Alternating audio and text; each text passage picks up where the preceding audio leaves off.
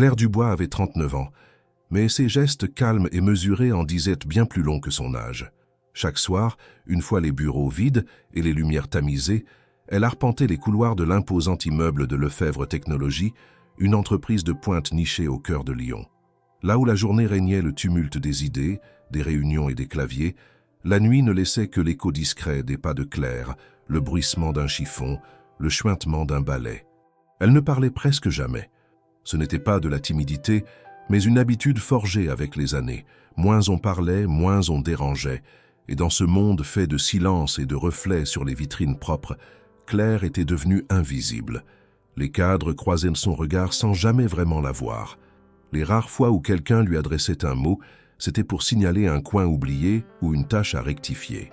Elle répondait toujours d'un hochement de tête, puis reprenait son labeur comme si elle n'avait jamais été interrompue. Elle connaissait chaque étage mieux que quiconque, les plantes qui avaient besoin d'eau, les stores qui grinçaient, les poignées de porte trop usées. Parfois, elle s'attardait un instant devant les écrans éteints, observant son propre reflet flou, se demandant si l'image qui lui renvoyait appartenait encore à quelqu'un. Elle ne se plaignait pas. Son monde était modeste mais stable. Elle avait un petit appartement dans le quartier de Montplaisir, un chat nommé Gustave et un rituel bien rodé.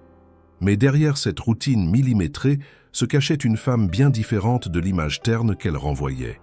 Son regard, quand il se posait sur les détails, était vif, presque artistique. Elle avait cette façon de plier un tissu, de replacer un objet avec une précision troublante. Ceux qui prenaient le temps de l'observer auraient peut-être perçu l'ombre d'une autre vie, d'un passé enfoui. Claire portait en elle des souvenirs qu'elle avait appris à ranger dans des tiroirs mentaux, des visages, des rires, des lumières de projecteurs. Mais tout cela appartenait à une autre époque, une autre Claire. Ici, dans les locaux immaculés de cette entreprise high-tech, elle n'était que la femme de ménage de nuit.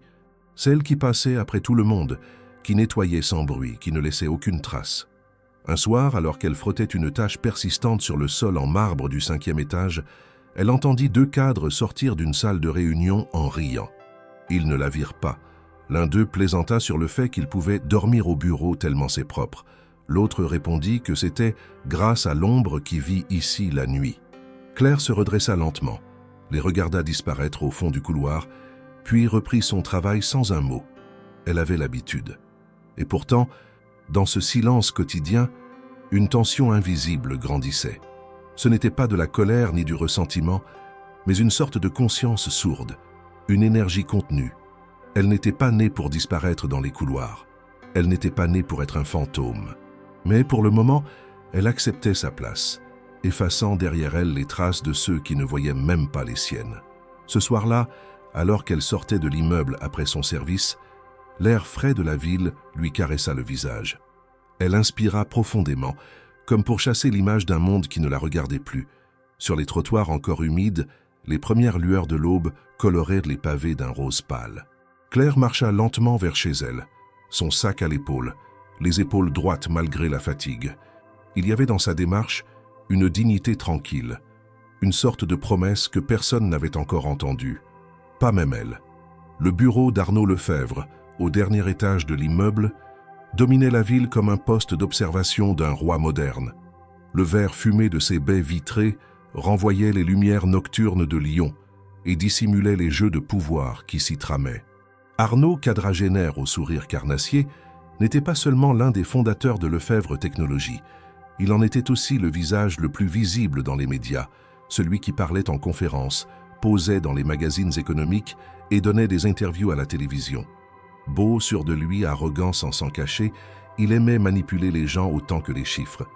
Ce soir-là, une bouteille de vin rouge de Bourgogne entamée reposait sur sa table basse. Autour de lui, 3 autres cadres de direction riaient fort, tous légèrement éméchés après une longue journée de décisions et de chiffres. L'ambiance était détendue, mais teintée de cette cruauté feutrée propre aux hommes trop sûrs d'eux. On parlait de la fête annuelle de l'entreprise, prévue dans 2 semaines, organisée avec faste dans un château à l'extérieur de la ville. Les invitations avaient été envoyées aux employés et partenaires les plus proches, et comme chaque année, chacun viendrait accompagner.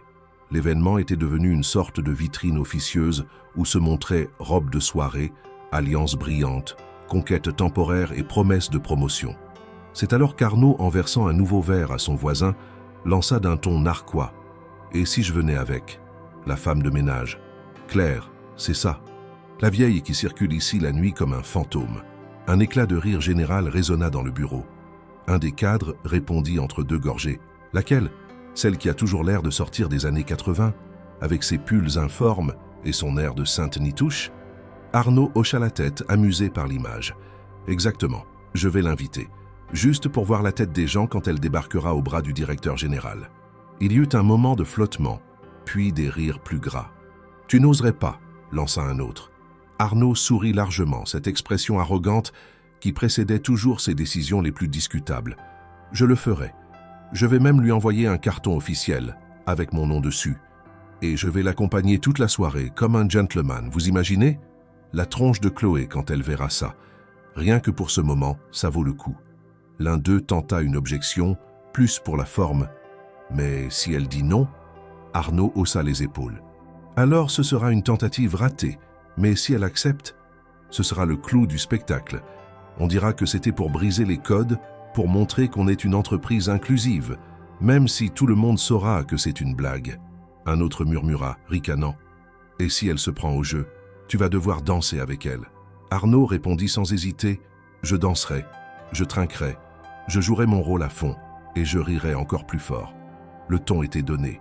Il ne s'agissait pas d'un pari formel avec des enjeux écrits sur une nappe, mais d'un accord tacite entre hommes puissants. Une farce montée pour choquer, pour provoquer, pour divertir ceux qui, en haut de la pyramide, s'ennuyaient de leurs propres privilèges. La perspective de faire irruption dans le cadre lisse de la fête, avec une femme qu'ils considéraient comme inadaptée à leur monde, les excitait. C'était une moquerie déguisée en gestes progressistes, une mascarade orchestrée avec cynisme. Lorsque les derniers rires s'éteignirent et que les verres furent vides, Arnaud se leva pour accompagner ses invités jusqu'à l'ascenseur privé. Il les salua avec cette cordialité pleine de faux-semblants qu'il maîtrisait à la perfection. Puis, resté seul, il s'approcha de son bureau, ouvrit un tiroir et en sortit un carton d'invitation encore vierge. Il le fixa un instant, puis s'installa pour y écrire lui-même, à l'encre noire, les mots choisis avec soin. Il voulait que ce soit élégant, officiel, irrésistible. Il savait comment manier les mots pour donner à une humiliation l'apparence d'un honneur. En pliant l'enveloppe, il sourit de plus belle. Il imaginait déjà la surprise dans les yeux de Claire, sa confusion, son hésitation. Il la voyait accepter, poussée par une naïveté qu'il prêtait volontiers aux gens de son niveau. Et dans ce fantasme cruel, il se voyait descendre les marches du château, elle à son bras, dans une robe mal ajustée, incapable de dissimuler ce qu'elle était réellement. Ce serait un tableau parfait, une œuvre de cruauté silencieuse. Mais ce qu'Arnaud ignorait, ce qu'il n'aurait jamais pu anticiper, c'était que cette décision, cette plaisanterie de riche, allait provoquer bien plus qu'un simple malaise mondain. Ce qui pour lui n'était qu'un caprice, un acte de condescendance théâtrale, allait ébranler les fondements d'un monde qu'il croyait maîtriser. Car dans l'ombre qu'il croyait inoffensive, dormait une mémoire, une dignité, une histoire bien plus complexe que ce qu'il était prêt à imaginer. Le carton fut remis dès le lendemain à la réception, dans une enveloppe cachetée, avec ordre de le faire parvenir à Claire Dubois sans délai. L'assistante, peu curieuse, exécuta la consigne. Elle connaissait de vue Claire comme tout le monde, mais ne se posa pas plus de questions. Après tout, dans cette entreprise, les décisions d'en haut n'étaient jamais remises en cause. Et pendant qu'Arnaud reprenait le cours de ses journées, entre réunions, appels internationaux et décisions stratégiques, l'invitation partit vers les mains de celle qui, jusqu'à présent, n'avait jamais été conviée à quoi que ce soit. Le piège était en place. La partie pouvait commencer. Le matin suivant, le bâtiment de Lefebvre Technologies s'animait comme à son habitude. Les portes automatiques s'ouvraient à un rythme régulier, les talons résonnaient sur les dalles polies et les écrans s'allumaient un à un. Dans cette routine bien huilée, rien ne semblait sortir de l'ordinaire. Claire, quant à elle, terminait son service quand elle fut appelée discrètement par la réceptionniste. La jeune femme, visiblement un peu gênée, lui tendit une enveloppe fermée, blanche, épaisse, avec son nom écrit à la main dans une calligraphie soignée. Claire la prit sans un mot, la remercia poliment, puis sortit du bâtiment comme chaque jour, sans ralentir le pas ni montrer d'étonnement. Ce n'est qu'une fois chez elle, dans son petit appartement modeste de la rue du premier film, que Claire décacheta soigneusement l'enveloppe. À l'intérieur, un carton rigide, embossé, portait le sceau de l'entreprise. L'invitation était claire, sans ambiguïté. Arnaud Lefebvre lui-même l'invitait personnellement à l'accompagner à la soirée de gala annuelle de Lefebvre Technologies. La date, l'heure et le lieu, un château historique à 30 km de Lyon, y étaient indiqués avec précision. Il était aussi précisé que la tenue exigée était de soirée, élégance formelle. Claire resta un long moment immobile, les yeux posés sur le carton. Aucune ironie visible dans le ton du texte, aucun indice laissant penser à une plaisanterie. C'était un vrai carton d'invitation, dans les règles de l'art. Pourtant, quelque chose n'allait pas. Elle le sentait dans la formulation trop lisse, dans la soudaineté du geste, dans le nom d'Arnaud, inscrit en lettres droites au bas de l'invitation. Elle l'avait croisé à peine 2 fois, sans jamais échanger un mot. Et maintenant, il l'invitait comme cavalière à un événement mondain. Elle posa le carton sur la table et s'installa en silence, les mains jointes. Son chat, Gustave, vint frotter sa tête contre sa jambe, ronronnant doucement. Claire ne lui jeta même pas un regard. Quelque chose en elle se débattait. Ce n'était pas une peur ni même une honte, mais une vieille méfiance, un instinct forgé par l'expérience. Elle avait appris à reconnaître les gestes intéressés, les regards condescendants, les fausses mains tendues. Elle savait que rien dans ce monde ne venait gratuitement, mais malgré cette alarme intérieure, elle ne déchira pas l'invitation. Elle la laissa là, bien visible, comme un rappel que quelque chose venait de changer. Les jours suivants, elle ne parla de l'invitation à personne. Elle continua son travail comme si de rien n'était. Mais un détail changea. Dans ses gestes, dans sa manière de parcourir les couloirs, dans la fermeté de sa posture. Quelque chose de nouveau, ou peut-être d'ancien, renaissait lentement. Elle observait, elle écoutait. Et chaque nuit, en rentrant chez elle, elle relisait cette carte comme pour vérifier qu'elle était bien réelle. C'est une semaine plus tard qu'elle se décida. Elle passa par le service administratif et laissa un message formel, écrit à la main, dans une enveloppe identique à celle qu'elle avait reçue. « Monsieur Lefebvre, j'accepte votre invitation à la soirée annuelle. Je vous remercie pour votre geste. Cordialement, Claire Dubois. » Ce simple mot, transmis sans éclat, provoqua pourtant un discret remous dans les étages supérieurs. Le message arriva sur le bureau d'Arnaud, glissé entre 2 rapports. Lorsqu'il le lut, un sourire rapide apparut sur son visage. Il n'avait pas cru qu'elle accepterait. Il l'avait espéré, certes, mais sans en être convaincu. Maintenant que c'était officiel, la machine pouvait se mettre en route. Pendant ce temps, des rumeurs commencèrent à circuler.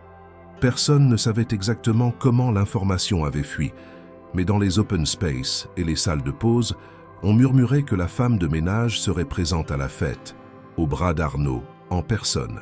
Certains y virent un geste symbolique.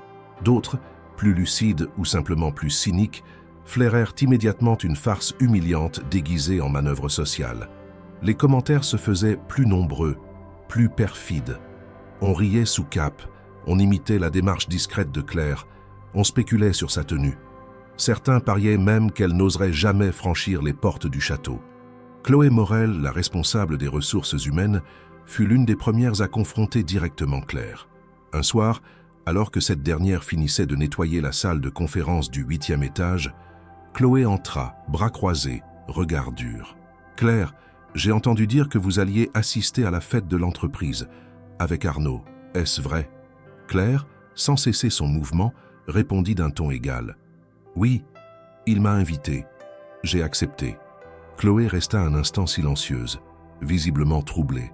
Puis elle reprit plus doucement. « Je ne veux pas vous offenser, mais vous savez que ce genre d'événement, c'est un milieu particulier.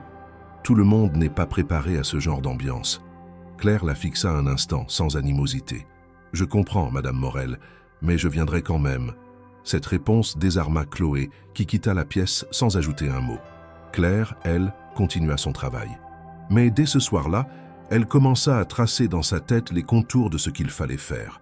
Elle ne viendrait pas pour eux. Elle ne viendrait pas pour Arnaud, ni pour prouver quoi que ce soit.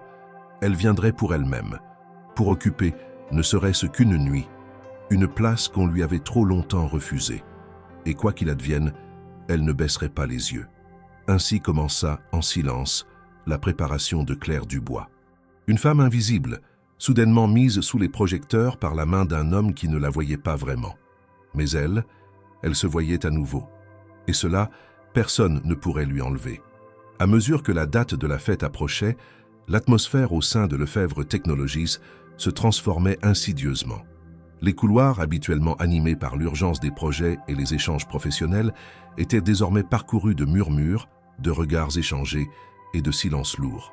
Le nom de Claire Dubois, jusqu'alors inconnu ou ignoré de la majorité, revenait désormais sur les lèvres de ceux qui ne l'avaient jamais remarqué. Mais ce n'était pas une reconnaissance sincère. C'était une attention teintée de moquerie, d'incompréhension, parfois d'un malaise difficile à définir. Le simple fait qu'elle ait accepté l'invitation d'Arnaud Lefebvre suffisait à troubler un certain ordre tacite. Elle, la femme de ménage du soir, allait assister à un événement réservé d'ordinaire à une élite bien établie. Dans les esprits, cette intrusion ne pouvait être qu'une anomalie. Les commentaires fusaient, jamais directs, mais toujours suffisamment audibles pour atteindre leur cible. Certains, feignant la bienveillance, disaient qu'elle était courageuse. D'autres, plus incisifs, se demandaient ce qu'elle allait porter, ou s'il existait des robes à sa taille pour ce genre d'occasion. Un jeune analyste, surpris en pleine conversation avec deux collègues, lâcha même en riant qu'il espérait qu'on serve du champagne suffisamment fort pour supporter le spectacle. Claire, fidèle à son habitude, ne réagit à aucun de ses propos. Mais elle les entendait. Elle les voyait aussi dans les regards qui s'arrêtaient un instant de trop, dans les silences qui suivaient à son passage, dans les chuchotements qui reprenaient une fois qu'elle tournait le dos. Et malgré le poids de cette tension, elle tenait son cap, non par orgueil, mais par une forme de calme intérieur qu'elle cultivait depuis des années. Ce n'était pas nouveau pour elle, cette manière qu'avaient les gens de faire comprendre qu'elle n'était pas à sa place. La seule différence cette fois, c'est qu'il le disait plus fort. C'est dans ce contexte que Chloé Morel tenta une seconde approche. Elle ne s'était jamais souciée de Claire auparavant, mais depuis l'annonce de sa participation à la soirée, elle semblait animée d'un étrange mélange de nervosité et de paternalisme mal dissimulé. Elle la convoqua dans une petite salle de réunion, sous prétexte d'un échange informel. Claire entra nettoyant ses mains avec un chiffon qu'elle glissa ensuite dans sa poche. Chloé l'invita à s'asseoir, sourire tendu, mains croisées devant elle. « Claire, je voulais m'assurer que tout allait bien concernant l'invitation. Je veux dire, que vous comprenez bien l'esprit de la soirée. C'est un événement très codifié, avec des attentes, précises en termes de tenue, de comportement. » Elle hésita, puis ajouta d'un ton faussement rassurant. « Je ne voudrais pas que vous soyez mal à l'aise ce soir-là. » Claire l'écouta sans l'interrompre, les yeux fixés sur le visage de Chloé, sans animosité, mais avec une attention froide, presque clinique. Lorsque cette dernière termina sa tirade, Claire répondit d'un ton égal. « Je comprends, Madame Morel, et je viendrai, comme prévu. » Chloé, prise au dépourvu par la brièveté de la réponse, tenta de reformuler, mais Claire s'était déjà levée, polie mais ferme. « Merci de votre sollicitude. Je retourne à mon travail. » Ce fut un moment bref mais déterminant. Chloé, en la regardant sortir, comprit qu'elle n'avait pas affaire à une femme naïve, ni à une subordonnée docile. Elle comprit aussi, confusément, que sa tentative d'exclusion déguisée en conseil venait d'échouer, et que cette barrière invisible qu'elle croyait pouvoir maintenir venait de se fissurer. Mais ce genre de geste ne restait jamais isolé. À son tour, la responsable de la communication interne glissa quelques remarques lors d'un déjeuner informel, suggérant qu'il serait peut-être bon que Claire reçoive quelques conseils sur les codes sociaux. Un cadre du département financier proposa de briefer Arnaud pour éviter toute gêne publique. Les discussions se multipliaient, toutes basées sur l'idée que Claire ne pouvait pas venir telle qu'elle était, qu'il fallait forcément la transformer, la corriger, l'ajuster à leur monde. Ce que personne ne comprenait, c'est que Claire n'avait pas besoin qu'on lui apprenne comment se comporter. Elle n'avait pas besoin d'être remodelée pour entrer dans leur décor. Elle n'avait jamais cessé d'observer, d'apprendre, de comprendre les rouages de ces milieux. Elle les connaissait mieux qu'eux-mêmes. Elle savait ce que signifiait un sourire de façade, une poignée de main mesurée, une posture étudiée. Elle avait déjà vécu dans ce monde, longtemps auparavant, avant que les circonstances ne la relèguent à l'ombre. Alors, face à cette hostilité voilée, elle ne répondit ni par la fuite, ni par la confrontation. Elle persista, et chaque soir, en rentrant chez elle, Elle avançait d'un pas dans sa préparation. Elle ne cherchait pas à se déguiser ni à se venger. Elle voulait simplement être fidèle à elle-même, dans un espace qui lui avait été refusé trop longtemps. Ce qui dérangeait tant, ce n'était pas sa présence, c'était sa détermination tranquille, cette manière de ne pas plier, de ne pas s'excuser d'être là. Les autres, habitués à contrôler l'image, les discours, les rapports de force, ne savaient pas comment gérer une femme qui avançait sans bruit, sans demander la permission, mais sans se soumettre non plus. Et c'est ainsi que, sans le savoir, Claire Dubois devenait le centre d'une tension que personne n'avait prévue. Une tension née non pas de crise ou de scandale, mais du simple fait qu'une femme avait accepté une invitation. Une barrière invisible venait d'être franchie, mais la véritable tempête n'avait pas encore commencé. Quelques jours seulement avant la fête, alors que les commérages dans l'entreprise atteignaient un pic à peine dissimulé, Claire décida de poser un jour de congé. Ce geste, inhabituel venant d'elle, n'éveilla pas de soupçons particuliers. On crut à une fatigue passagère, peut-être à un embarras face à l'agitation suscitée par sa présence à l'événement. Mais en réalité, Claire avait un objectif précis, un lieu, une personne, un souvenir enfoui qu'elle devait retrouver avant de franchir les marches du château en robe de soirée. Elle prit un bus tôt le matin, traversa les rues calmes de Lyon et descendit dans le quartier ancien là où les pavés irréguliers témoignaient d'un autre temps, d'une autre ville que celle des immeubles modernes et des start-up clinquantes. Elle marcha dans les ruelles étroites, s'arrêta devant une petite devanture en bois verni, à peine visible entre deux immeubles décrépits. L'enseigne, peinte à la main, n'avait pas changé depuis les années 90. Atelier Bérénice, création sur mesure. Elle inspira profondément puis poussa la porte. L'intérieur sentait le tissu, la poussière fine et l'amidon. Des rouleaux de soie, de lin et de laine s'entassaient sur les étagères et au fond, derrière une table de coupe, une silhouette penchée sur une machine à coudre leva la tête.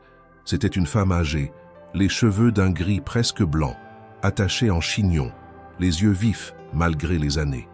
Lorsqu'elle vit Claire, elle resta un instant sans rien dire. Puis, lentement, elle se leva, contourna la table et s'approcha. « Claire Dubois », souffla-t-elle avec un mélange d'émotion et d'incrédulité. Claire esquissa un léger sourire. « Bonjour, Bérénice ». Ce nom, ce visage faisaient partie d'une autre époque. Il y a plus de 15 ans, Claire avait été apprentie styliste, puis modéliste, puis designer en devenir. Et Bérénice avait été son mentor, sa guide, celle qui croyait encore aux gestes précis, aux fils tirés à la main, aux coupes pensées pour durer. Elle avait connu la Claire ambitieuse, audacieuse, celle qui faisait déjà parler d'elle dans les milieux confidentiels de la mode française. Puis un jour, Claire avait disparu, sans mots, sans explication. La chute, brutale, silencieuse, l'avait arrachée à ce monde et elle n'était jamais revenue. Jusqu'à aujourd'hui. Elles s'assirent, les premières minutes remplies de silence plus lourd que les mots. Bérénice ne posa pas de questions. Elle se contenta d'observer Claire, de la regarder comme on lit une vieille lettre. Ce n'est qu'après un long moment qu'elle parla. « Je suppose que si tu es ici, ce n'est pas pour une réparation de boutons. » Claire acquiesça. « J'ai besoin d'une robe, pour une soirée, une robe, que je puisse porter sans avoir à m'excuser d'exister. » Bérénice comprit immédiatement. Elle n'avait pas besoin de connaître les détails. Le regard de Claire lui suffisait, un regard à la fois déterminé et blessé, un regard de femme qui revenait d'un exil intérieur. Elles passèrent la journée ensemble. Bérénice prit les mesures, sortit des tissus gardés pour des occasions rares, évoqua des coupes, des textures, des finitions. Claire, d'abord réservée, retrouva vite les gestes familiers, les termes techniques, l'élan créatif. Le silence entre elles devint collaboration. Elles ne reparlèrent pas du passé, ni des raisons de l'effondrement de Claire.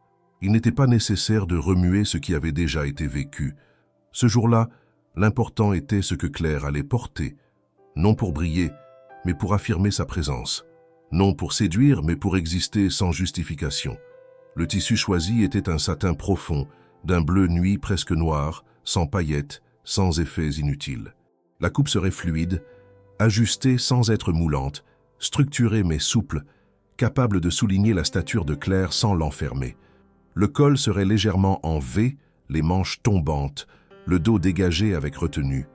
Pas d'ornement, si ce n'est une discrète broderie à l'intérieur, invisible aux autres. une signature, un rappel. Pendant qu'elle travaillait, Claire se permit une question. « Tu as toujours l'atelier ?» Bérénice haussa les épaules. « Je travaille moins, mais je n'ai jamais fermé. Les jeunes veulent du prêt-à-jeter. Moi, je continue pour celles qui comprennent encore ce que c'est qu'un vêtement fait pour durer. » Claire hocha la tête. « Je comprends. » À la fin de la journée, Bérénice lui demanda de revenir 2 jours plus tard pour un premier essayage. Claire accepta et avant de partir, elle resta un instant sur le pas de la porte. Elle regarda l'atelier comme on regarde une maison d'enfance, puis se tourna vers Bérénice. « Merci, pour tout, pour ne pas avoir demandé pourquoi j'étais partie. » Bérénice répondit simplement « Tu es là maintenant. C'est tout ce qui compte. » En rentrant chez elle ce soir-là, Claire sentit quelque chose se déplacer en elle. Ce n'était pas de la joie, ni de la revanche. C'était une forme de paix discrète. Elle n'allait pas à cette fête pour jouer un rôle. Elle y allait en tant que Claire Dubois. Pas la femme de ménage, pas l'ancienne styliste, juste elle. Et ce que cette robe allait porter, ce n'était pas une revanche sur le passé, c'était la réaffirmation de sa dignité, cousue fil après fil, par des mains qui n'avaient jamais cessé de croire en elle. La semaine précédant la fête fut marquée par un regain de tension au sein de Lefebvre Technologies. Ce qui avait commencé comme une simple rumeur presque anecdotique s'était mué en sujet de discussion permanent, jusqu'à devenir un fil rouge dans les conversations les plus banales. L'idée que Claire Dubois allait véritablement se présenter au bras d'Arnaud Lefebvre à la soirée annuelle semblait dépasser le cadre de l'entreprise. Ce qui aurait dû être une provocation éphémère, lancée sur le ton de l'ivresse entre cadres, prenait une ampleur inattendue. Et Arnaud, d'ordinaire maître incontesté de son image et de sa narration personnelle, commençait à en sentir les effets. Il reçut la confirmation de la venue de Claire par l'assistante de direction qui lui transmit un message bref et formel indiquant que l'intéressée avait accepté l'invitation et qu'elle se présenterait à la soirée. Arnaud ne montra rien sur le moment. Il hocha la tête, fit mine de s'y attendre et retourna à ses documents. Mais une fois seul dans son bureau, il resta longuement figé, les yeux fixés sur la vitre qui surplombait la ville. L'effet de surprise ne venait pas tant de l'acceptation elle-même, mais de ce que cela impliquait désormais. Il avait imaginé Claire hésitante, dépassée, possiblement renonçant à la dernière minute. Il ne l'avait jamais vraiment vue comme un facteur actif dans cette histoire. Elle devait être la pièce d'un jeu, pas une joueuse. Et pourtant, à cet instant précis, Arnaud commença à ressentir une gêne nouvelle. Une gêne qui ne venait pas du regard des autres, mais de son propre reflet. Autour de lui, les réactions ne tardèrent pas. Ses collègues de la direction, complices initiaux de la plaisanterie, prirent l'affaire à la légère, au moins en façade. L'un d'eux plaisanta en lui demandant s'il avait prévu un dress code spécial pour sa cavalière.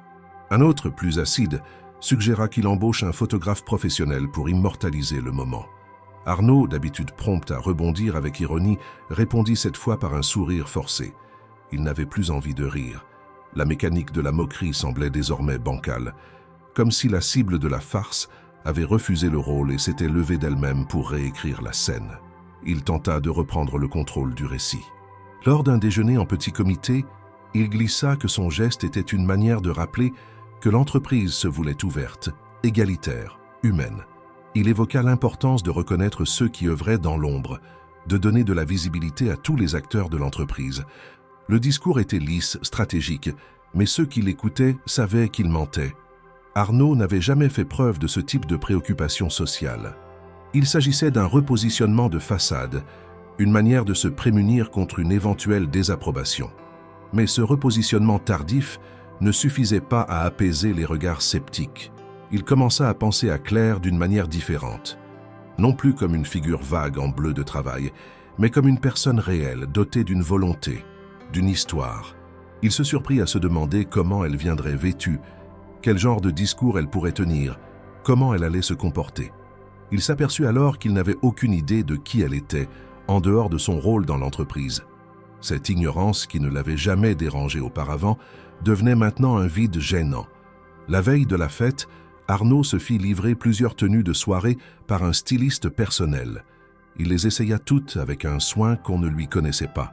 Il fit même ajuster sa coiffure et réserva un véhicule privé avec chauffeur, non pas pour lui seul comme à l'accoutumée, mais avec l'idée d'y accueillir également sa cavalière. Lorsqu'on lui demanda à quelle heure il passerait la chercher, il répondit qu'elle se rendrait sur place par ses propres moyens. En réalité, il ne savait même pas si Claire accepterait de partager ce type de logistique. Il n'avait pas osé lui proposer directement. Une forme de doute nouveau s'installait en lui. Il n'était pas inquiet pour sa réputation, ni même pour l'image que cela renverrait à ses partenaires d'affaires. Ce qui le troublait davantage, c'était cette sensation croissante que la plaisanterie initiale lui échappait. Il avait voulu provoquer, secouer les normes, exposer le décalage entre les sphères sociales. Mais en agissant ainsi, il avait ouvert une brèche, et c'est lui, désormais, qui semblait en déséquilibre. Les derniers préparatifs de la fête s'enchaînaient avec efficacité. Le château avait été décoré selon un thème sobre et luxueux. Les traiteurs livraient les mets les plus fins, les musiciens préparaient leurs instruments. Tout devait être parfait. L'événement réunirait les plus grandes figures de la tech régionale, des élus locaux, des journalistes spécialisés. Rien ne serait laissé au hasard. Et pourtant, une incertitude planait sur l'événement, concentrée en une seule question que personne n'osait poser directement. Que se passerait-il lorsque Claire entrerait dans la salle? Arnaud tenta de s'en convaincre. Tout irait bien. Elle viendrait, resterait un moment. Ils échangeraient quelques mots polis, elle se tiendrait à distance, et l'affaire serait classée. Mais il savait, au fond, que cette version des faits ne se réaliserait probablement pas. Depuis qu'elle avait accepté l'invitation, Claire avait démontré une maîtrise que lui-même ne comprenait pas entièrement. Elle ne venait pas comme victime d'une mascarade, elle venait comme une femme qui avait fait un choix, et ce simple fait modifiait tout.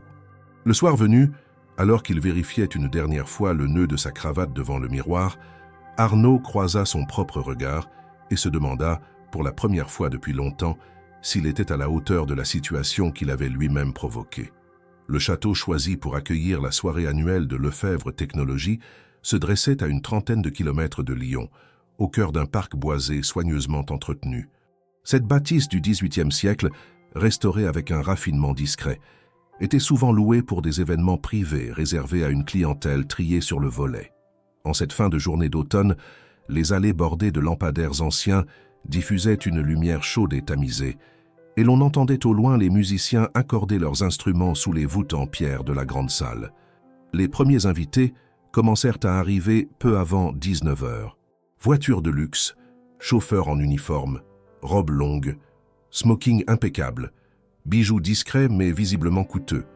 Le personnel d'accueil, équipé de tablettes pour cocher les noms sur la liste, dirigeait chaque convive vers le vestiaire, puis vers le grand hall, où circulaient déjà coupes de champagne et petits fours.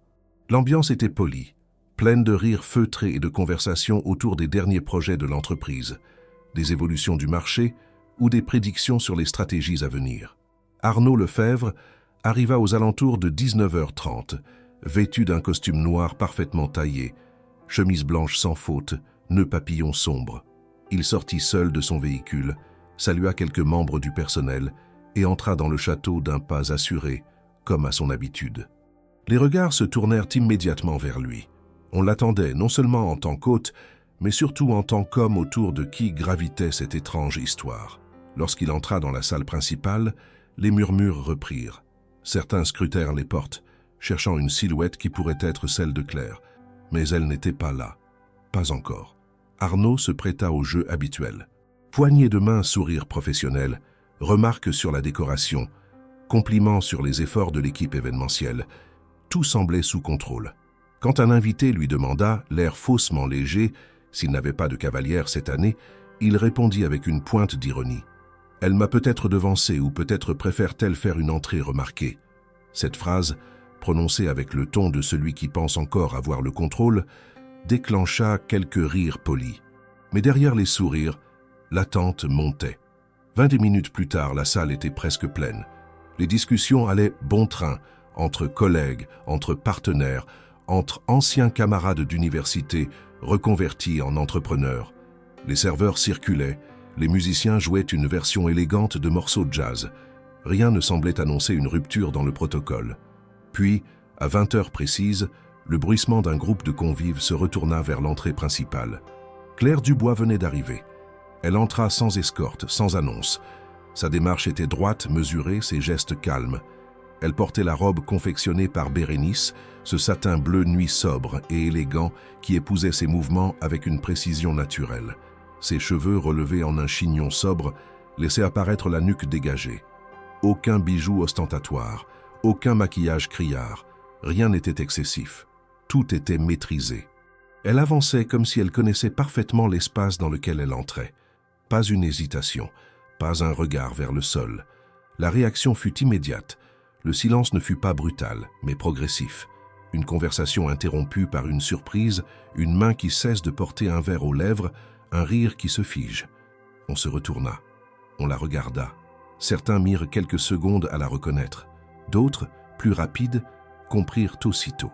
Et dans leur regard, il n'y avait pas de moquerie. Il y avait de l'étonnement, parfois de la confusion, mais surtout un bouleversement soudain des repères. Claire traversa la salle lentement, saluant d'un simple signe de tête ceux qui la regardaient. Elle ne cherchait pas l'approbation ni la provocation. Elle était là, pleinement présente, sans artifice. Chaque pas qu'elle faisait semblait effacer une remarque entendue, une moquerie murmurée, une barrière dressée depuis des années. Lorsqu'elle arriva au centre de la salle, les conversations n'avaient toujours pas repris. Le silence s'était étendu, presque irréel. Arnaud, placé non loin du buffet central, tourna lentement la tête en entendant l'écho du silence. Lorsqu'il vit Claire, son visage changea imperceptiblement. Ce n'était pas de la surprise. Il savait qu'elle viendrait. Ce n'était pas de la gêne non plus. C'était quelque chose de plus complexe. Un mélange d'admiration involontaire et de confrontation soudaine avec sa propre responsabilité. Il ne bougea pas tout de suite. Puis, presque malgré lui, il s'avança. Ils se rejoignirent au milieu de la salle, sans geste théâtral, sans effusion. Claire le salua simplement. Il répondit de même. Quelques invités les observaient, suspendus à ce moment, tentant de décrypter les codes, de comprendre si la situation suivait encore les règles établies ou si quelque chose venait de basculer. Arnaud lui proposa un verre. Claire accepta. Ils s'éloignèrent ensuite légèrement du centre, vers un coin plus calme, où ils échangèrent de quelques mots à voix basse. Il n'y avait pas d'hostilité, mais une tension palpable. Pas entre eux directement, mais dans l'espace qu'ils occupaient désormais ensemble, dans cette réalité que personne n'avait anticipée avec justesse. Le reste des invités, lentement, reprit ces conversations, mais plus rien ne serait tout à fait comme avant. L'image que chacun se faisait de cette soirée avait été bouleversée. Claire Dubois n'était plus une silhouette anonyme, elle n'était pas non plus une curiosité, elle était devenue une présence, inattendue, dérangeante pour certains, inspirante pour d'autres. Elle n'avait rien dit encore, et pourtant en entrant, elle avait déjà changé la soirée. Lorsque Claire Dubois entra dans le cœur de la salle principale, un phénomène rare se produisit, quelque chose qui ne relevait ni du hasard ni du spectacle. Ce fut une suspension du temps, une parenthèse figée dans laquelle chaque regard se tourna vers elle, chaque conversation se stoppa sans même que ses participants en aient eu conscience. Il n'y eut pas d'exclamation, pas de rire, ni même de chuchotement. Seul un silence dense, presque physique, s'installa autour de sa silhouette. Elle se tenait droite, le regard dirigé droit devant, consciente mais non écrasée par cette marée de regards. Elle ne cherchait pas à plaire ni à impressionner, et c'est peut-être précisément cela qui provoqua ce renversement brutal de l'ambiance. Son allure n'était pas seulement élégante, elle était juste, aucune exagération dans le maquillage, aucune prétention dans la tenue. Le choix du satin bleu nuit, sa coupe discrètement travaillée, son port de tête naturel, tout participait à cette sensation d'authenticité absolue. Ceux qui la reconnaissaient restaient bouche bée, et ceux qui ne la reconnaissaient pas hésitaient, cherchant mentalement qui pouvait être cet invité inattendu. Mais ce ne fut pas son apparence seule qui provoqua l'arrêt de toute légèreté dans la salle. Ce fut l'effet miroir. Chacun, en voyant Claire, se retrouvait confronté à ce qu'il avait pensé, dit ou insinué à son sujet. Les phrases échappées dans les bureaux, les blagues partagées dans les couloirs, les soupirs moqueurs ou les rires étouffés devenaient soudain pesants. L'élégance avec laquelle elle avançait ne faisait que souligner la petitesse de ses jugements passés. Elle ne criait pas sa dignité, elle la portait. Même ceux qui avaient voulu défendre sa présence dans les jours précédents, mais qui l'avaient fait du bout des lèvres, ressentirent une gêne.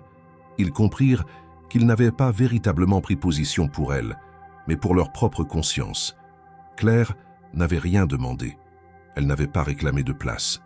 Elle l'avait prise en acceptant une invitation et maintenant, elle imposait une réalité que personne n'avait anticipée. Elle était à sa place. Pas par provocation, mais par évidence.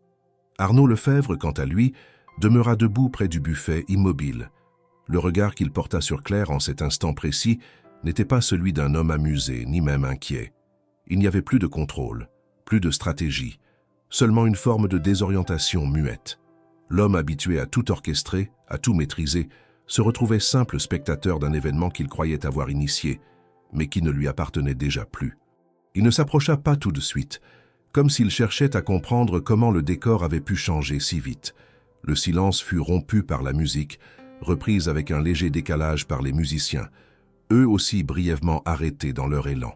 Une valse douce s'éleva, mais les conversations ne reprirent pas immédiatement. On continuait à la regarder, à mesurer le contraste entre l'image mentale que chacun s'était faite de cette femme et la réalité qui se déroulait sous leurs yeux. L'écart était tel qu'il en devenait inconfortable. Claire, après avoir échangé un regard bref avec Arnaud, se dirigea vers le buffet sans empressement. Un serveur s'approcha, lui proposa une coupe qu'elle accepta avec calme. Puis elle s'éloigna légèrement de la foule, observant la salle comme si elle la découvrait elle aussi. En vérité, elle connaissait ce type d'ambiance. Les codes, les regards, les postures, tout cela lui était familier. Elle avait été dans des pièces semblables, des années plus tôt, avant que sa vie ne prenne une trajectoire qu'elle n'avait pas choisie. Mais ce soir, elle n'était pas là pour ressasser le passé. Elle était là parce que, pour la première fois depuis longtemps, elle avait décidé qu'elle en avait le droit. Autour d'elle, les tentatives de conversation reprirent, mais toujours marquées d'une retenue nouvelle. On parlait bas, on lançait des regards furtifs dans sa direction. Ceux qui l'avaient moqué se taisaient. Ceux qui avaient douté cherchaient à dissimuler leur trouble.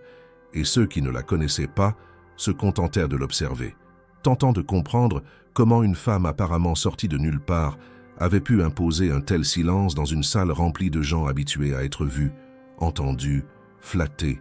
Ce soir-là, Claire n'avait pas besoin de prendre la parole pour se faire entendre. Sa simple présence suffisait à inverser les rôles.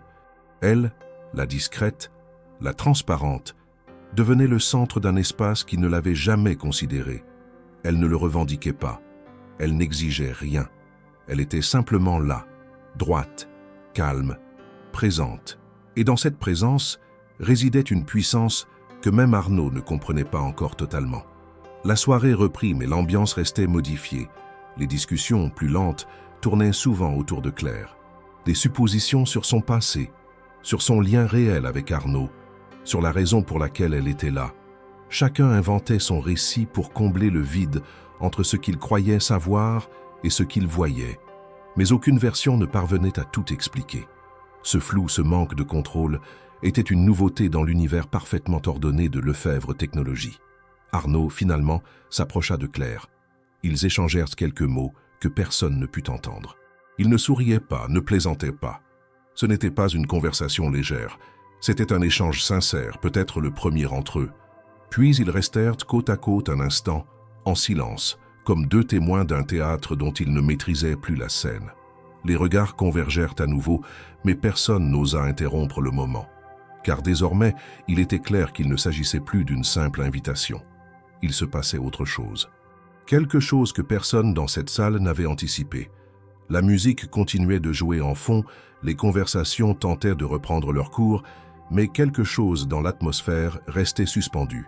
Claire Dubois, sans dire un mot de plus, sans multiplier les gestes, avait modifié l'axe même autour duquel gravitait la soirée.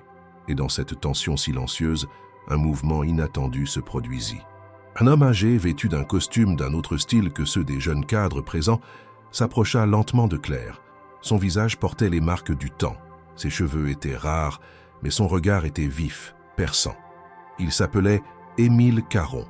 Membre historique de l'entreprise, il n'était plus à la tête de rien depuis longtemps, mais son expérience et sa mémoire faisèrent de lui une figure respectée, presque mythique pour les plus jeunes.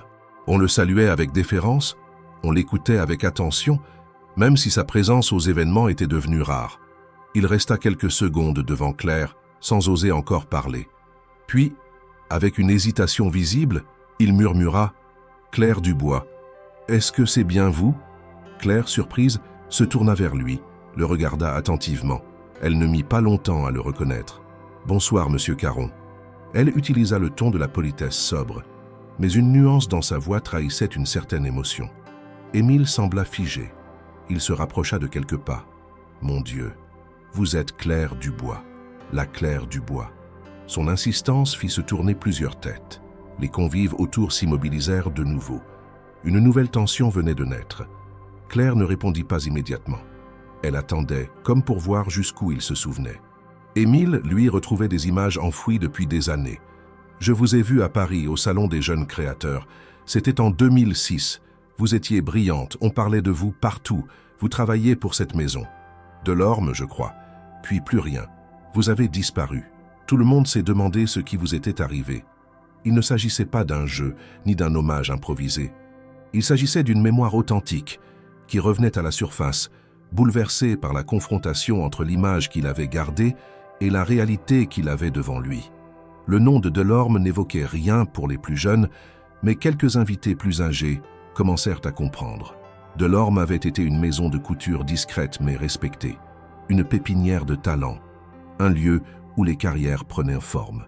Claire y avait été repérée, saluée, promise à un avenir prestigieux. Et maintenant, elle était là, silencieuse, après des années dans l'ombre, dans un rôle que personne n'aurait lié à son passé. Émile s'adressa alors à Arnaud, qui observait la scène à quelques mètres de là. « Vous saviez qui elle était ?» Arnaud ne répondit pas. Son visage, impassible, n'offrait aucune lecture facile. Émile insista. « Vous l'avez invitée en sachant ?» Ce ton, ni accusateur ni naïf, provoqua un nouveau malaise. Arnaud finalement répondit d'une voix neutre. « Je connaissais son nom, pas son histoire. » Claire ne détourna pas le regard. Elle n'avait pas besoin de le défendre, ni de le contredire. Elle laissait chacun tirer ses conclusions. Les invités présents formèrent un cercle informel autour d'eux. La dynamique de la soirée avait totalement changé. Il ne s'agissait plus de mondanité, ni d'exhibition sociale. Il s'agissait de mémoire, de vérité, de reconnaissance. Émile, toujours ému, reprit « Je me souviens de vos croquis, de votre manière de parler des tissus. Vous étiez la plus prometteuse, et vous voilà ici ce soir, avec une dignité qui dépasse toutes nos attentes. » Claire répondit d'un ton calme « La vie prend parfois des détours. J'ai suivi le mien, et je suis là maintenant. » Il n'y avait ni plainte ni ressentiment dans ces mots, juste une affirmation simple, tranquille, une déclaration d'existence. Ce moment de vérité eut un effet inattendu. Plusieurs invités, jusque-là discrets, s'approchèrent pour saluer Claire, certains avec sincérité, d'autres par réflexe social, mais tous avec une retenue nouvelle. Les masques glissaient peu à peu.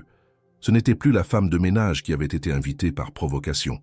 C'était une ancienne créatrice, disparue du circuit, revenue sans tambour, mais avec un impact que personne n'aurait pu orchestrer. Arnaud Lefebvre restait en retrait, observant la scène. Il comprenait lentement, mais avec une clarté croissante, qu'il n'avait jamais eu le contrôle de cette soirée. Pas un instant. Ce qu'il avait vu comme un acte de supériorité, une expérimentation sociale habillée d'élégance, s'était retourné contre lui. Il n'était plus au centre. Il n'était plus l'initiateur. Il devenait spectateur d'une reconquête que Claire n'avait jamais planifiée, mais qu'elle assumait pleinement. Le plus frappant pour les invités fut la manière dont Claire se tenait. Elle ne parlait pas beaucoup. Elle ne racontait pas son passé en détail. Elle ne cherchait ni à briller ni à se justifier. Elle laissait les faits exister, sans en forcer la narration. Elle répondait avec mesure, avec cette sérénité qui contraste violemment avec le bruit ambiant des faux-semblants. Elle n'avait pas besoin de vengeance. Elle n'avait besoin que d'être elle-même. Et ce simple fait ébranlait toute la structure sociale de la soirée. Plusieurs personnes vinrent poser des questions sur ses anciens projets, sur les raisons de son retrait.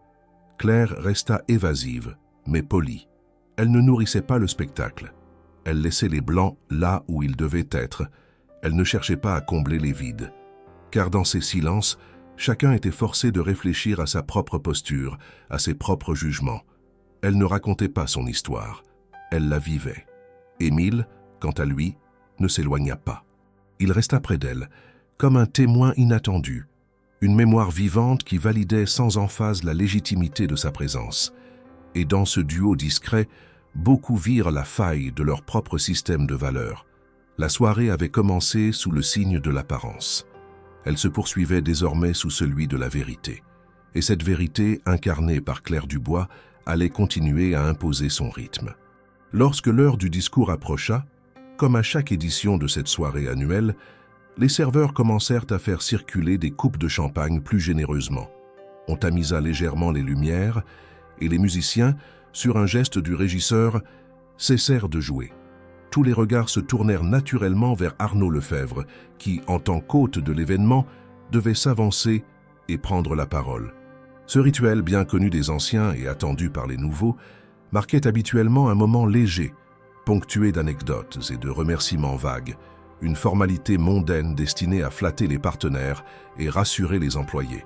Mais cette année, l'ambiance était différente.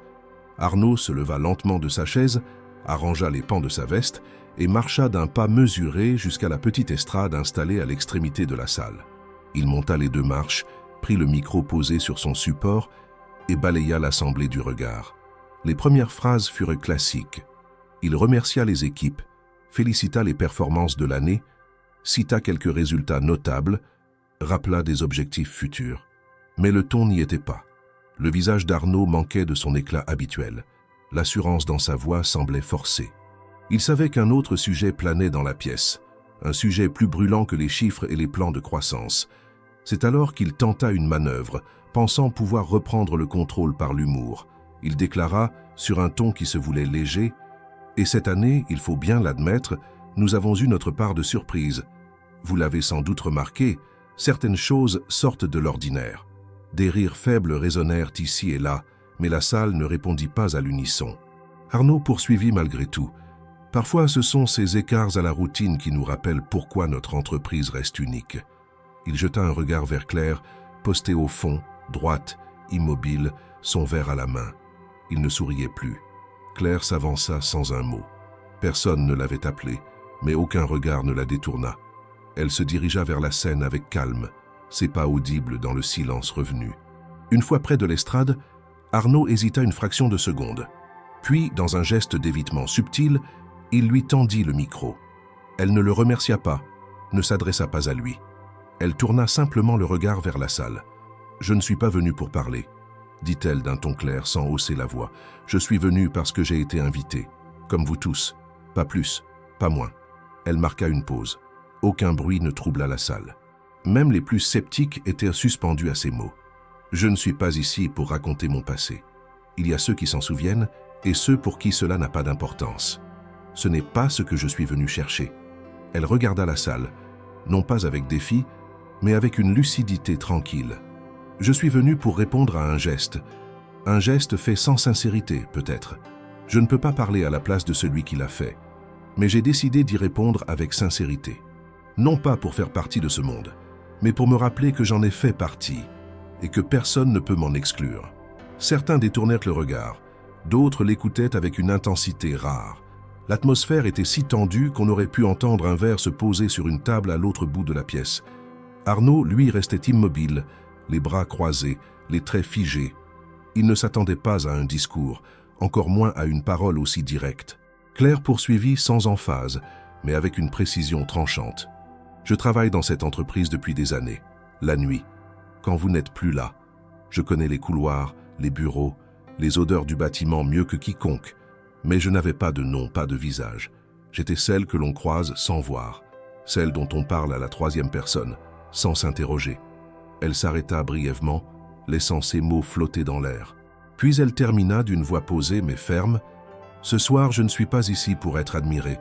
Je ne suis pas ici pour être applaudie. Je suis ici pour rappeler que la beauté, la vraie, ne réside pas dans les robes ou les costumes. Elle se mesure dans la manière dont on traite les autres. Pas avec ironie, pas avec supériorité, mais avec respect. Toujours. » Elle rendit le micro, descendit de l'estrade et reprit sa place, sans saluer, sans attendre de réaction. Il n'y eut pas d'applaudissements. Le silence resta total. Aucun des invités n'osait briser cet instant suspendu, car chacun savait, au fond, que ce qui venait de se dire dépassait le cadre de cette soirée. Ce n'était pas une dénonciation, ce n'était pas une mise en scène, c'était un miroir. brutale, et chacun, en l'entendant, s'était vu un instant dans ce miroir. Arnaud ne reprit pas la parole. Il quitta discrètement l'estrade, rejoignit un coin discret de la salle et resta là, figé, le regard perdu. Il savait que quelque chose venait de se rompre, pas seulement l'illusion d'un jeu social contrôlé, mais l'image qu'il avait de lui-même. Claire n'avait pas attaqué directement, elle n'avait cité aucun nom, elle n'avait pas haussé le ton, et pourtant, elle avait exposé tout ce qu'il était devenu, aux yeux des autres, et à ses propres yeux. La soirée reprit doucement, mais plus rien ne serait comme avant. Le discours de Claire n'avait duré que quelques minutes, mais il allait résonner bien au-delà des murs du château. Il allait provoquer des conversations, des remises en question, des décisions, pas immédiatement, mais inévitablement. Car dans ce monde de surface et d'apparence, elle avait rappelé à tous une vérité qu'on préfère souvent oublier. On ne mesure pas la valeur d'une personne à sa fonction, mais à la manière dont elle regarde, écoute et parle. Et ce soir-là, Claire Dubois avait parlé. Juste, fort, définitivement. Le lendemain de la soirée, l'ambiance dans les bureaux de Lefebvre Technologies était inhabituelle. Rien, en apparence, n'avait changé dans la routine de l'entreprise. Les badges bipaient à l'entrée comme chaque matin. Les ascenseurs montaient et descendaient à intervalles réguliers. Les ordinateurs s'allumaient dans un concert de notifications et de clics. Pourtant, sous cette façade habituelle, quelque chose s'était modifié de manière subtile mais irréversible. Les conversations autour des machines à café, les regards échangés dans les couloirs, les silences prolongés dans les ascenseurs, tout semblait imprégné d'une retenue nouvelle, d'un souvenir encore brûlant. Le discours de Claire, filmé à la dérobée par un jeune employé en fin de contrat, avait été diffusé au sein du réseau interne de l'entreprise dès le petit matin. En quelques heures, la vidéo s'était propagée comme une onde de choc. On la regardait dans les bureaux fermés, sur les téléphones pendant les pauses, parfois même en pleine réunion sous la table. Il n'y avait aucun effet dramatique dans la séquence. Pas de musique de fond, pas de montage, pas d'éclairage étudié. Simplement une femme debout sur une estrade, s'adressant à des gens qui, pour la plupart, ne lui avaient jamais prêté attention. Et pourtant, la puissance de ses mots, la justesse de son ton, l'équilibre entre retenue et clarté, tout cela frappait les esprits avec une force inattendue. Dans les heures qui suivirent, la direction de l'entreprise se réunit en urgence. La question n'était plus seulement d'ordre interne. Plusieurs partenaires externes avaient été informés de la séquence. Des journalistes locaux commençaient à envoyer des demandes d'interview, curieux de comprendre l'origine de cette prise de parole qui remettait en cause, sans le dire frontalement, la culture d'entreprise elle-même. Les membres du conseil d'administration, jusque-là éloignés de ce type de tension, exigèrent des explications. Que s'était-il passé exactement? Pourquoi personne ne les avait informés plus tôt? Et surtout, pourquoi un des associés principaux avait-il invité une employée subalterne à un événement stratégique, sans consultation préalable, dans un geste qui semblait à présent embarrassant, voire compromettant? Face à la pression croissante, le service des ressources humaines prépara un rapport détaillé sur les conditions de l'invitation, les antécédents professionnels de Claire, les éventuelles négligences structurelles ayant permis cette situation. Mais très vite, il devint évident que le problème n'était pas Claire. Le problème était le système qui l'avait ignorée, puis tenté de la caricaturer, avant d'être contraint de la reconnaître. Et ce glissement n'était pas réversible. Il fallait réagir autrement. Le directeur général, sous l'impulsion de quelques membres plus lucides du conseil, prit une décision inattendue. Il convoqua Claire à une réunion officielle dans la grande salle du comité stratégique. Ce genre d'invitation n'était jamais adressé à un personnel d'entretien, mais la situation elle-même échappait à toutes les normes habituelles. Claire, fidèle à sa posture depuis le début, se présenta à l'heure exacte, vêtue simplement, sans excès de forme, mais avec la même dignité calme qui avait désarmé tout un auditoire la veille. Dans la salle, on ne lui posa pas de questions sur ses intentions. On ne l'interrogea pas sur son passé dans la mode. On lui demanda seulement « Que souhaitez-vous faire à partir de maintenant ?» Claire ne répondit pas immédiatement. Puis elle déclara d'un ton ferme mais paisible « Je n'ai pas d'ambition de poste, je n'ai pas besoin d'un titre, mais je crois qu'il serait juste que l'on regarde enfin ceux que l'on ne voit pas et qu'on leur donne les moyens d'exister dans l'entreprise autrement que dans le silence. » Ce fut suffisant. Cette phrase, simple mais articulée avec la même profondeur que son discours, devint la base d'une proposition interne. Le directeur suggéra alors qu'elle collabore temporairement avec le service de communication et d'image afin de créer un projet transversal visant à valoriser les fonctions dites invisibles. Entretien, logistique, sécurité, maintenance. Non pas à travers des campagnes cosmétiques, mais en redéfinissant leur place dans l'écosystème humain de l'entreprise. Claire accepta. Pas par ambition, mais parce que l'idée correspondait à ce qu'elle pensait depuis longtemps. Ce projet, nommé dans un premier temps « Regard croisé », débuta discrètement. Il s'agissait d'interviewer les employés des postes les plus négligés, de les faire parler de leur quotidien, de leurs connaissances précises du fonctionnement de l'entreprise, de leur rapport aux autres métiers. Très vite, les témoignages révélèrent une vérité que les organigrammes ignoraient. Ces personnes, bien que peu visibles, détenaient une vision claire et précieuse de la structure réelle de l'entreprise. Ce n'étaient pas des exécutants interchangeables, c'étaient des experts silencieux. Parallèlement, Arnaud Lefebvre fut convoqué par le conseil d'administration. Il ne fut pas publiquement blâmé, mais il lui fut signifié qu'il devait se retirer provisoirement de ses fonctions opérationnelles. Il conserva ses parts, son titre nominal, mais fut écarté de toute décision directe concernant la gestion humaine de l'entreprise. Ce retrait ne fut pas expliqué dans un communiqué officiel, mais il fut compris de tous. Il ne protesta pas. Il ne chercha pas à se justifier. Peut-être parce qu'il savait qu'il n'y avait rien à dire, ou peut-être parce qu'il était encore en train de comprendre ce qui lui était arrivé. Claire, de son côté, n'occupait pas de bureau fixe. Elle continuait à circuler dans les mêmes couloirs qu'auparavant, mais les regards, eux, avaient changé. On ne la fuyait plus, on ne l'ignorait plus.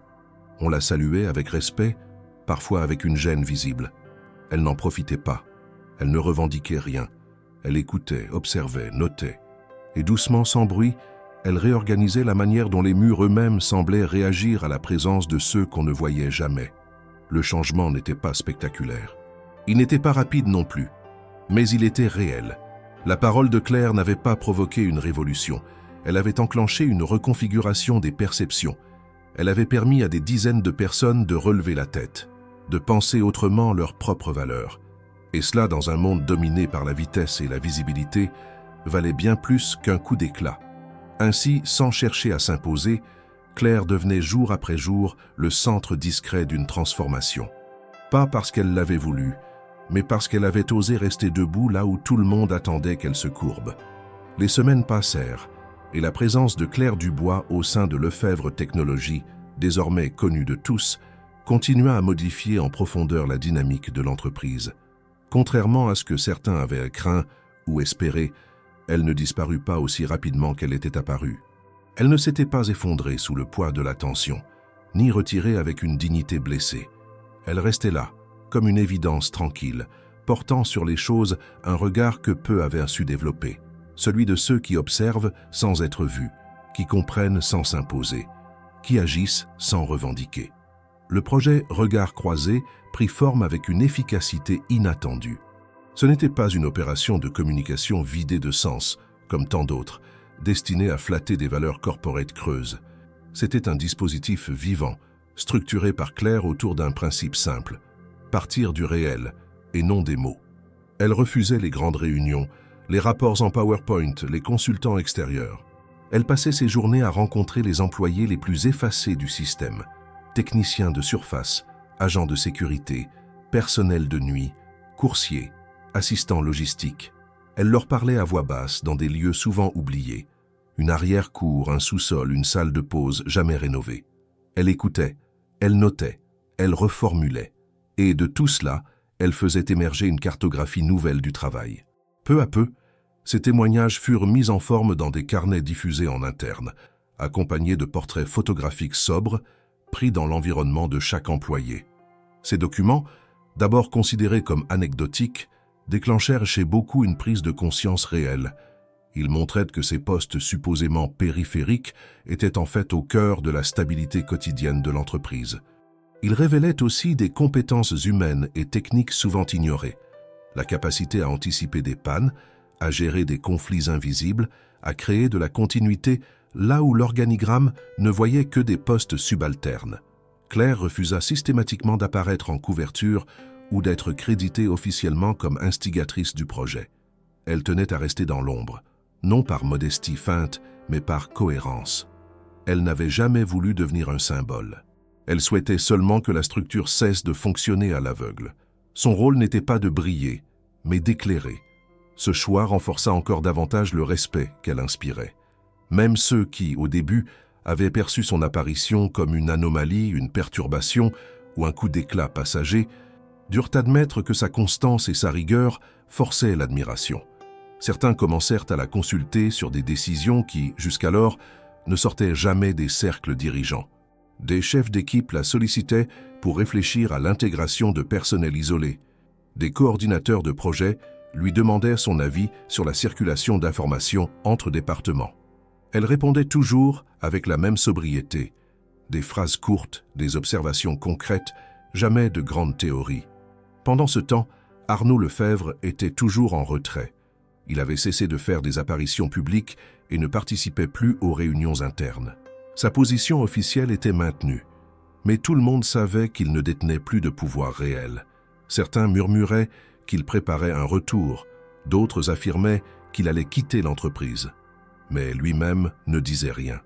Il observait de loin le travail de Claire, et selon plusieurs témoignages, il avait demandé à consulter les carnets Regards croisés dès leur première diffusion. Un après-midi, Arnaud croisa Claire par hasard dans le couloir du 6e étage. Il s'écarta légèrement pour la laisser passer.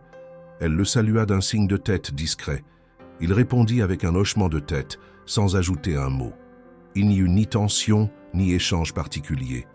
Simplement un moment suspendu entre deux personnes que tout opposait quelques mois plus tôt, et que la réalité avait contraint à se reconnaître.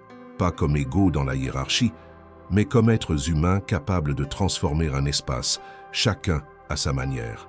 La direction, consciente du changement culturel en cours, décida de renforcer officiellement le projet de Claire. On lui proposa un poste à responsabilité, un intitulé valorisant, un budget élargi. Elle refusa. Elle accepta en revanche de coordonner une cellule interne consacrée à l'intégration invisible. Un groupe de travail composé de profils issus des métiers de l'ombre, chargés de repenser les flux, les espaces, les temps de travail. Elle demanda à ce que ce groupe ne dépende d'aucun département fixe et qu'il ait un accès direct à la direction générale. Cette requête fut acceptée. Elle se remit alors à parcourir les étages comme elle l'avait toujours fait, mais désormais accompagnée. Chaque semaine, un membre du personnel venait marcher à ses côtés pendant 1 heure dans un programme intitulé « Une marche, une écoute ». Sans rendez-vous, sans agenda, simplement une conversation en mouvement. Ce rituel, au départ marginal, devint rapidement central. Il permit à des voix longtemps silencieuses de se faire entendre sans avoir à interrompre quoi que ce soit. Et dans cette écoute en déplacement, Claire redessina la géographie émotionnelle de l'entreprise. La transformation ne fut jamais spectaculaire. Il n'y eut pas de slogan, pas d'affiches colorées, pas de campagne visible. Il n'y eut que des gestes répétés, des regards assumés, des mots précis. Et peu à peu, Lefebvre Technologies devint un lieu différent. Plus lent peut-être, mais plus vrai. Claire Dubois, en refusant les rôles imposés, en évitant les pièges de l'exemplarité, imposait un autre modèle, celui de la constance invisible. Et dans une époque saturée d'images, elle rappelait que la profondeur ne fait pas de bruit, mais qu'elle finit toujours par tout changer. Le temps poursuivit son cours au sein de l'entreprise. Les jours succédaient aux jours dans la routine feutrée des bureaux, des open spaces et des couloirs vitrifiés de Lefebvre Technologies. Mais sous cette surface lisse, insidieusement, une onde de transformation se propageait. Ce n'était pas une révolution spectaculaire, pas de coup de théâtre ou de proclamation tonitruante, mais plutôt une reconfiguration discrète, une montée en puissance de ce qui avait été longtemps négligé. Le projet Regards croisés, impulsé par Claire Dubois, avait dépassé le cadre d'un simple programme interne. Il était devenu le symptôme d'une mutation culturelle. Chaque matin, lorsqu'elle entrait dans le hall, on ne l'observait plus avec suspicion ni curiosité, on l'observait désormais avec respect. Et cela changeait tout. Au cours des mois suivants, d'autres entreprises françaises prirent connaissance de cette initiative. Des reportages brièvement consacrés à Lefebvre Technologies apparurent dans la presse économique régionale, puis nationale. On évoqua la démarche de valorisation des métiers invisibles. On salua l'approche d'inclusion par l'écoute plutôt que par les slogans. Les carnets internes recueillant les témoignages des agents de maintenance, des personnels de nuit, des techniciens d'étage, commencèrent à être cités en exemple. Des délégations d'entreprises voisines vinrent visiter les locaux de la société, curieuses de voir comment cela se passait là-bas. On les accueillait dans un discret coin du 6e étage, où se trouvait désormais une salle réservée aux métiers de l'ombre. On entendait des phrases comme « Nous avons entendu parler de ce qu'a fait Madame Dubois. Comment reproduire cela chez nous ?» Pendant ce temps, Claire continuait son travail sans modifier son comportement. Elle n'avait pas changé de vêtements, pas changé de posture, pas modifié son ton. Elle n'était jamais devenue visible au sens habituel du terme. Elle n'était jamais montée sur un piédestal. Elle n'avait jamais cherché à être un modèle officiel ou une icône médiatique. Elle préféra rester derrière la voix qu'elle avait amplifiée, plutôt que de devenir elle-même l'objet de l'attention. Lorsqu'on lui proposa des interviews pour expliquer la success story, elle refusa poliment. Elle répondit que ce qui importait n'était pas elle, mais ce qui se passait, et qu'elle souhaitait que ce que l'on ne voit pas d'habitude devienne ce que l'on n'ignore plus. Dans l'entreprise, la métamorphose prit des formes concrètes. Le temps de nettoyage de nuit fut reconnu comme temps de service comparable aux horaires de jour. L'accès à certaines ressources, jusqu'ici réservées au personnel de soins du bâtiment, fut étendu. Le budget de la cellule d'intégration invisible passait d'un simple compte symbolique à des lignes budgétaires dédiées dans le chapitre « Ressources humaines ». On créa un prix interne « Honneur à l'inaperçu », remis chaque trimestre à l'employé d'un métier peu visible, mais hautement contributif. Une exposition photographique, co-construite avec Claire, fit le tour des étages, montrant des visages, des outils, des gestes, accompagnés de citations simples. « Ce matin, j'ai remis en route une machine que personne ne remarquait. À chaque fois que j'entre ici la nuit, l'entreprise respire mieux. » Ces phrases se lisaient à proximité des ascenseurs, aux entrées des salles de réunion, là où autrefois ne figurait que de la publicité institutionnelle standardisée. Mais plus encore que les mesures, ce qui changea fut la perception. Les jeunes cadres récemment recrutés, parfois moins expérimentés mais ambitieux, remarquèrent que la hiérarchie n'était plus seulement celle des titres et des PowerPoint. Ils remarquèrent que celle des compétences, de la présence, du soin aux détails prenait de l'ampleur. Le respect ne venait plus uniquement de la performance chiffrée, mais de ce que la personne faisait, de ce que son métier exigeait, même s'il ne brillait pas aux yeux de tous. Les réunions commencèrent parfois par un moment de reconnaissance. Avant qu'on commence, nous remercions l'équipe de nettoyage pour le poste ouvert tôt ce matin. C'était un changement de ton, une reconfiguration de l'ambiance. Pour Claire, tout cela ne représentait pas une victoire personnelle. Elle le savait mieux que personne. Le véritable enjeu n'était pas qu'on la voie, mais que ceux qu'on ignorait se voient eux-mêmes et soient vus. Elle tenait à ce que la transformation survive à sa propre présence. Elle disait parfois, dans une conversation privée avec Émile Caron, « Je ne veux pas qu'on dise « quand Claire est partie », mais qu'on dise « ici on vit comme ça maintenant ». Émile, avec son âge et son recul, souriait et répondait « Tu es déjà parti, mais tout continue ». C'est ça notre espérance. Un après-midi, alors que le soleil d'automne glissait sur les vitres des couloirs, Claire croisa dans l'ascenseur une jeune stagiaire du service logistique. Cette dernière la regarda un instant, hésita, puis dit timidement « Merci pour ce que vous avez fait. Ça change. » Claire répondit par un simple hochement de tête « Continue ». Elle ne chercha pas à renvoyer la reconnaissance. Elle savait que chacune de ces petites phrases portait déjà en elle la continuité. Ce soir-là, en rentrant chez elle, elle se dit que l'impact ne se mesurerait pas demain, mais dans les années à venir. Elle pensa aux visages qu'elle avait vus dans les sous-sols, aux gestes silencieux des employés de nuit, aux machines remises en marche avant l'aube, à la façon dont personne ne parlait d'eux jusque-là, et elle constata que rien ne serait plus comme avant. En repensant à la soirée où tout avait basculé, l'entrée au bras d'Arnaud, le silence, la parole au micro, elle sourit légèrement. Pas de triomphe, mais de la gratitude. Gratitude parce qu'un geste qui avait commencé comme une moquerie s'était transformé en tremplin. Parce qu'une invitation cynique avait été retournée en acte de reconnaissance. Parce qu'une femme que l'on croyait invisible avait imposé sa présence sans bruit, sans urgence et durablement. Elle se souvenait de son regard dans les couloirs pendant les jours d'avant, de la fatigue, de la résignation, de la transparence. Elle se souvenait de ce qu'elle avait été quand personne ne la regardait. Elle n'avait pas changé d'identité. Elle était restée Claire Dubois. Mais aujourd'hui, elle occupait un espace différent. Alors que les lumières du bureau s'éteignaient, que les nettoyeuses et les techniciens remontèrent leurs outils pour rentrer chez eux, la trajectoire avait changé. Le monde qu'ils foulent chaque nuit ne relevait plus de l'ombre. Il relevait de la reconnaissance.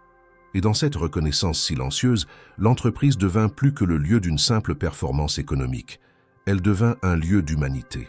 Le véritable impact de cette histoire ne serait peut-être pas mesurable en chiffres, mais il se verrait dans les regards, dans les salutations, dans les minutes de trop perçues comme essentielles. Et ce soir-là, tandis que Lyon s'allumait sous le ciel d'ambre, Claire rentra chez elle. Elle traversa le quartier familier de Montplaisir, salua son chat Gustave, s'installa à sa table simple, ouvrit un carnet vierge et écrivit une seule phrase. « Quand on cesse de regarder ailleurs, on commence à voir. » Elle referma le carnet, posa un regard sur les lumières de la ville. Rien ne hurlait, rien ne brillait, mais tout s'était transformé. Les 13 parties de l'histoire sont maintenant achevées. Si vous souhaitez apporter des ajustements, élaborer davantage certains aspects ou prolonger le récit, je suis à votre disposition.